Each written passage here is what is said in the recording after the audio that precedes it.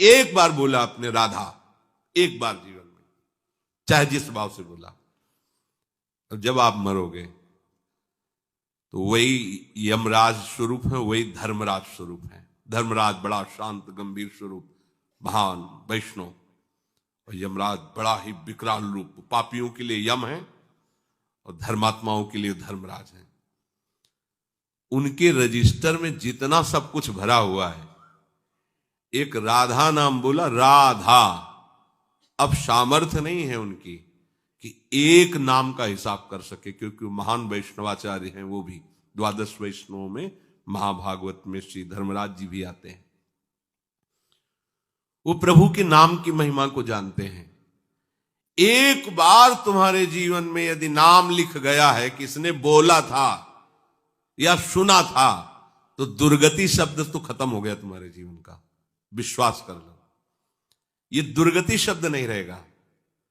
एक नाम, बस सबसे बड़ी बात है कि इस पर विश्वास की आवश्यकता है। बिन विश्वास भगति नहीं, ते बिन द्रवहि न राम। राम कृपा बिनु सपने जीवन लह विश्राम। एक बार,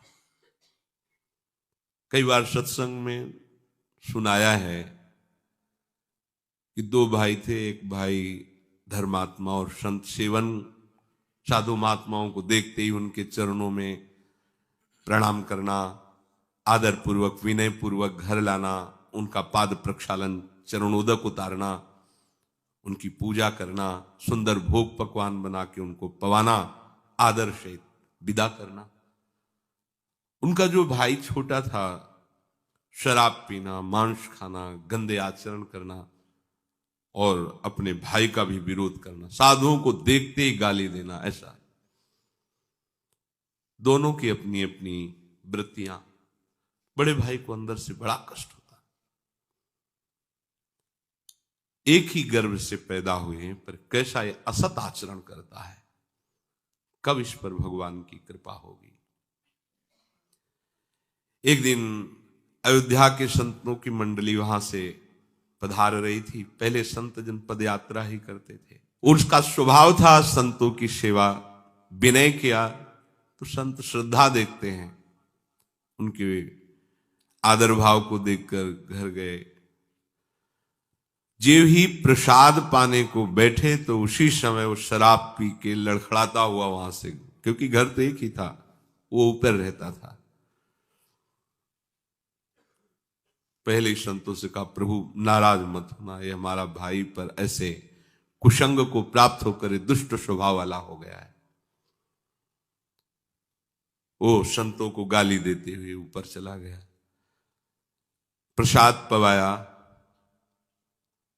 और घुटने टेक कर कहा, प्रभु क्या इसका भी उद्धार हो सकता है।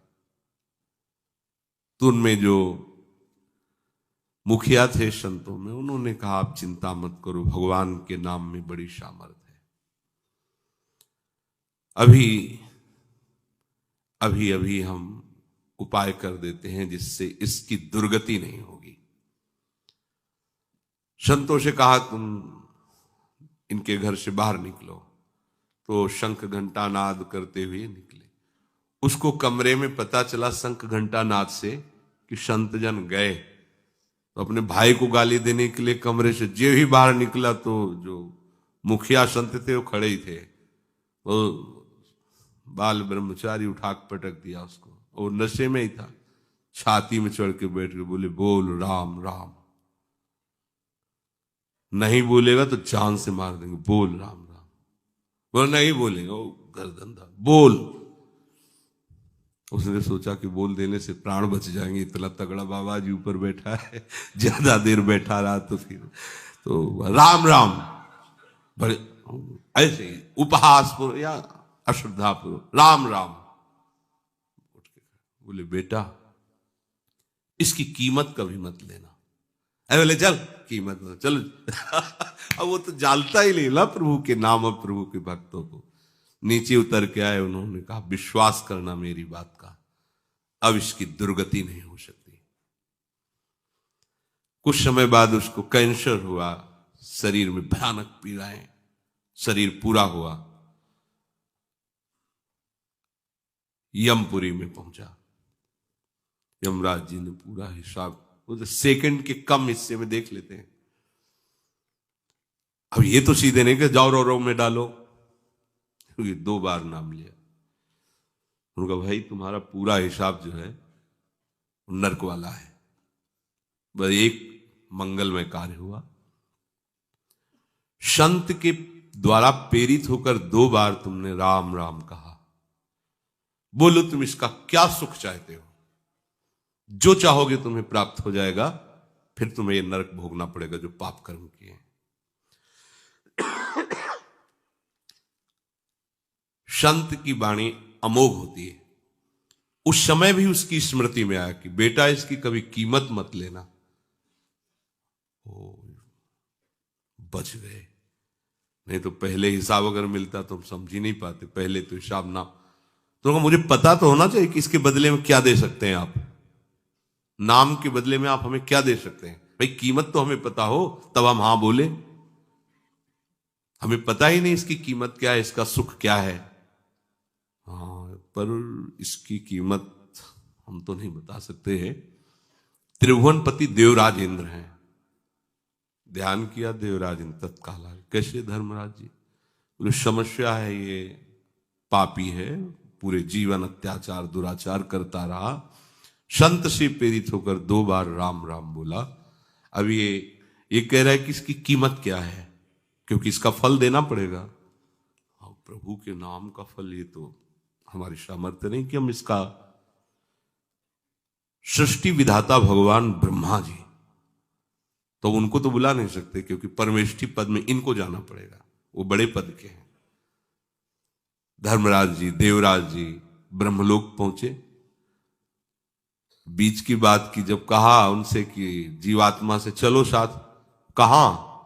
बोले हम लोग तो निर्णय नहीं कर पा रहे, ब्रह्मा जी करेंगे। तो बोले ऐसे थोड़ी जाएंगे, वो बहुत चतुर था। उनका पालकी लाओ, उस पर बैठ के जाएंगे। उसकी पालकी में एक तरफ देवराज इंद्र, एक तरफ धर्मराज। बोले जितने तुम्हारे भयावने दूत है ना, ये हमारे सामने भी नहीं आने चाहिए। शासन कर रहा है, 2 बार नाम। सब ब्रह्मा जी ने कहा कौन सी लीला हो रही भाई, कौन सा महाभागवत आ रहा है इतने सम्मान से? बोले प्रभु महाभागवत नहीं, महापापी है। 2 बार ये संत के कहने से राम राम बोला है। आप पितामह हैं, संपूर्ण सृष्टि के विधाता हैं, क्या फल इसको दिया जाए? क्योंकि सारे फलों का लेखा जोखा आपके हाथ में प्रभु। इसको 2 बार राम राम कहने का क्या फल? दाढ़ी खुजलाने लगे ब्रह्मा जी की। क्या भगवान का नाम है होश में, ऐसे थोड़ी फाइनल में बोल सकते हो आप, होश में प्रमाणित। तो उन्होंने कहा देखो हम तो सृष्टि रचना और इसमें सब लगे रहते हैं, महादेव जी ध्यानस्थ रहते हैं नाम में, ओम नाम की महिमा जानते हैं, उनके पास चलते हैं। ब्रह्मा जी, देवराज इंद्र, धर्मराज, भगवान शिव, परम वैष्णवाचार्य महान आइए कैसे आगमन हुआ कैलाश में? प्रभु समस्या है ऐसा ऐसा। बोले पहली बात तो एक ही शब्द में हम कहते हैं कि नाम की महिमा तो पूर्ण रूप से हम भी नहीं जानते, कुछ महत्व देखा है।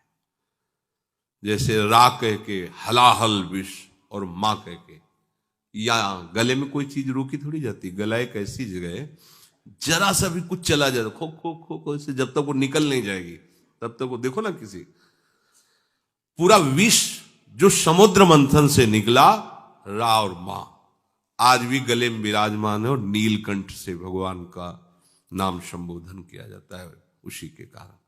बड़ी महिमा नाम की वर्णन की, पर बोले पूर्ण रूप से क्या नाम का फल है?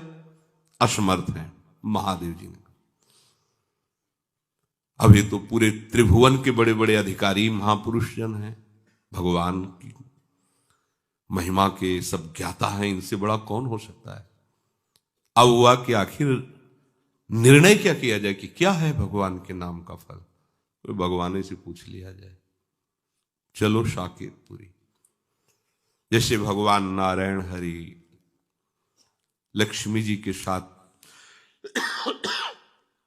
वैकुंठ में विहार करते हैं, अपने दिव्य पार्षदों के साथ। ऐसे ही भगवान रघुनाथ जी सिया जी के साथ अपने परिकर के साथ साकेत बिहारी हैं।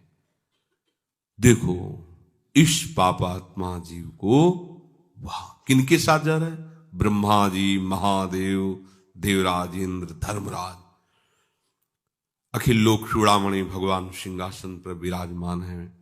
वाम भाग में सियाजू विराजमान हैं। चरणों को सहलाते हुए महावीर, महाबली, परम ज्ञानी हनुमान जी महाराज और पूरा सब। प्रभु मुस्कुराए, कैसे कैसे ये सब भगवत स्वरूपों का कैसे आगमन हुआ।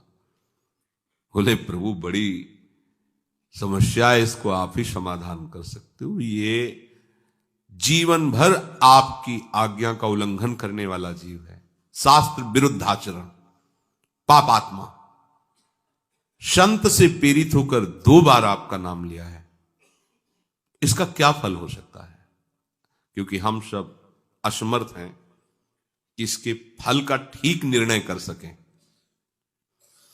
भगवान ने कहा उठा के हमारे पास लाओ, तो गोद में बैठा ला।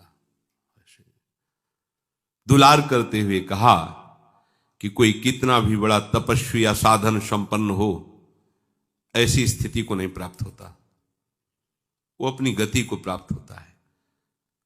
पर इसने संत के द्वारा 2 बार नाम, तो नाम का क्या फल है ये तो पूर्ण रूप से हम भी नहीं कह सकते, पर उसका महत्व क्या है ये तुम देख लो कि हमारा साधन भजन करके पदों पर पहुंचा जा सकता है, लेकिन हमारी गोद में केवल नाम का प्रभाव आप महापुरुषों के साथ यहां तक आया, अभी हमारे ही धाम में रहेगा। इसके बाद नाम की क्या कीमत है, क्या महिमा है, ये तो हम भी नहीं कह सकते। कहां कहां लगी नाम बड़ाई और राम न सके नाम।